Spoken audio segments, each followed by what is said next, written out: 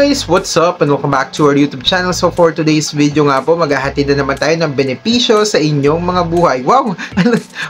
Parang politiko, no? Pero yun na nga, yung benefits nga po na tatalakayan natin ay ang benepisyo ng mung beans or ang tinatawag nga po natin sa Tagalog na munggo. Ayan, so kung mahilig kayo sa munggo, alam ko tuwing Friday, ayan, dapat kumain tayo ng munggo. Hindi, joke lang. Pero yun na nga, munggo Friday ang tawag. I don't know kung munggo Friday or what. Pero ano nga ba yung mga benepisyong nakukuha natin doon? Kasi actually, pag kumakain tayo ng munggo, usually ang alam natin about sa munggo, yun nga nakaka-gout, ganito, ganyan. Pero gusto nating malaman ngayon kung ano nga ba yung nakukuha natin benepisyo galing sa munggo. So, simulan na natin. Sabi nga dito, munggo beans, also known as mung beans, ayan, are a type of small green legume that is a staple food in many parts of the world, particularly in Asia.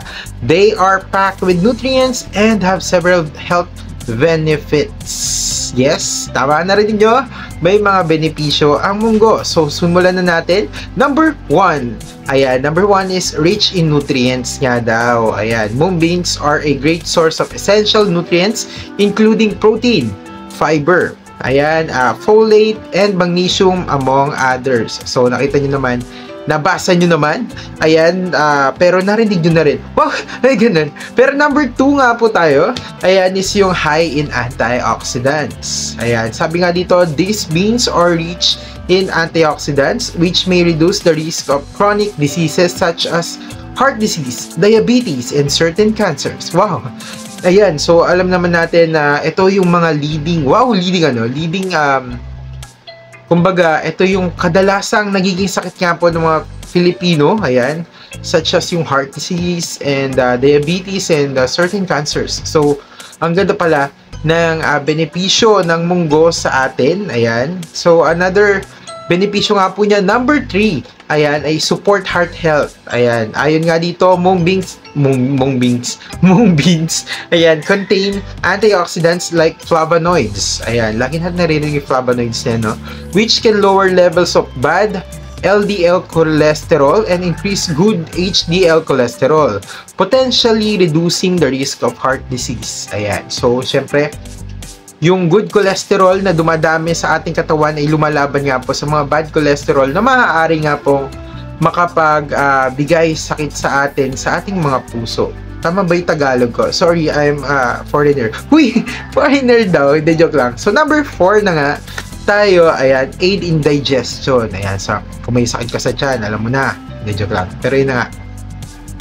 Sabi dito, mung beans are high in fiber, which can support a healthy digestive system by promoting regular bowel, ayan, movements and reducing the risk of digestive problems like constipation, irregular bowel movements, naputol pa dun, and bloating, ayan. So, alam nyo na, ayan, yung mga pwedeng makatulong yung munggo beans sa ating digestion, ayan. So, bloated dyan, ayan.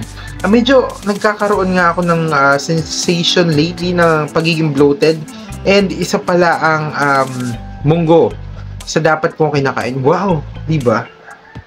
Ang ganda ng mga information natin ngayon, pero dumiretso na nga po tayo sa number 5. Ayan, is yung support weight loss. Ayan, ba't ang daming mga weight loss na pwedeng mga product or food na pwedeng kainin na nakakabawas ng timbang, pero kita nyo naman, medyo mataba pa rin tayo. Oh, hindi pa pala nabuksan yung ilaw.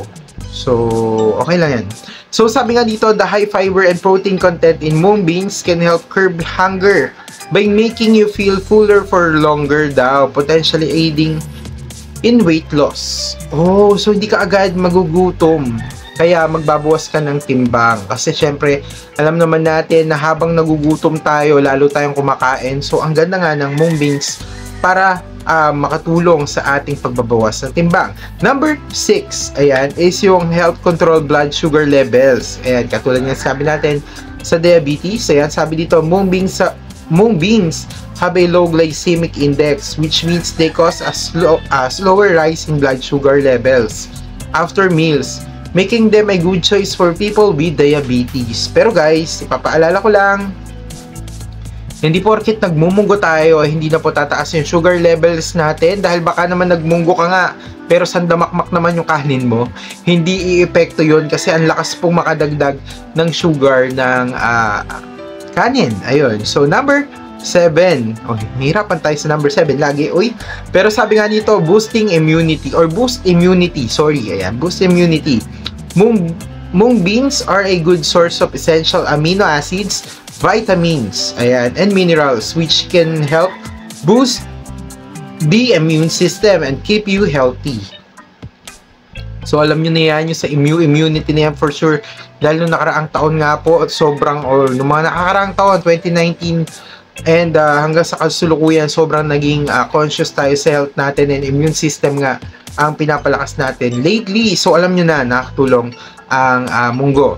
And, another information natin, number 8, ayan, is yung promote bone health. Ayan, mung beans are a good source of magnesium and phosphorus, both of which are important for maintaining strong and healthy bones. Ayun. Nakakaganda din ng nakaka-maintain ng strong and healthy bones. So, alam nyo na, syempre, kung habang tumatanda tayo, kung naalagaan natin ang buto natin, hindi siya mag-curve na ganun. So, ayun, mainam din pala na kumain din tayo ng munggo. Pero syempre, in moderation lang naman lahat, ano? Pero, number 9, ayan, is improve skin health. Ayan, some studies suggest that mung beans extract could help improve skin health by reducing inflammation and promoting collagen production. Ayun, and number 10, ayan, is yung support eye health. Sabi nga dito, mung beans are rich in vitamin A, which is essential for maintaining good eye health. Wow! May pa ganun. Pero yun na nga, sabi nga dito, remember to consult with your healthcare provider before making any major changes to your diet, especially if you have a healthy conditions or or taking medications daw. Ay, health conditions, sorry. Any health conditions. Of course, syempre, paano? Merong mga instances na may mga pinagbabawal sa ating kainin, pero syempre kailangan din naman alam natin kung pwede ba nating i-consume yun while nagtitake nga po tayo na medication. So hanggang dito lang po i-vlog natin. Sana nagustuhan nyo. I-share nyo na po ito. Ayan, makatulong na rin. Again, 1 year na lang. This year na lang din yung hinihintay ko. Kung hindi ako mamamonetize or kung hindi ako magiging stable yung income ko dito, obligado kong i-end to yung pag-vlog natin. So, sobrang ma-appreciate ko po kung tutulungan nyo rin ako na ma-monetize and ma-share itong video na to. Yun. So, para mapagpatuloy ko yung passion ko. Yun lang. Maraming salamat. God bless. Ingat po kayo palagi. And again, thank you sa panonood. Bye-bye! Bye-bye na. Bye-bye! Paganito na. Plastic. Hindi, pero yun na nga. Maraming salamat. Bye-bye!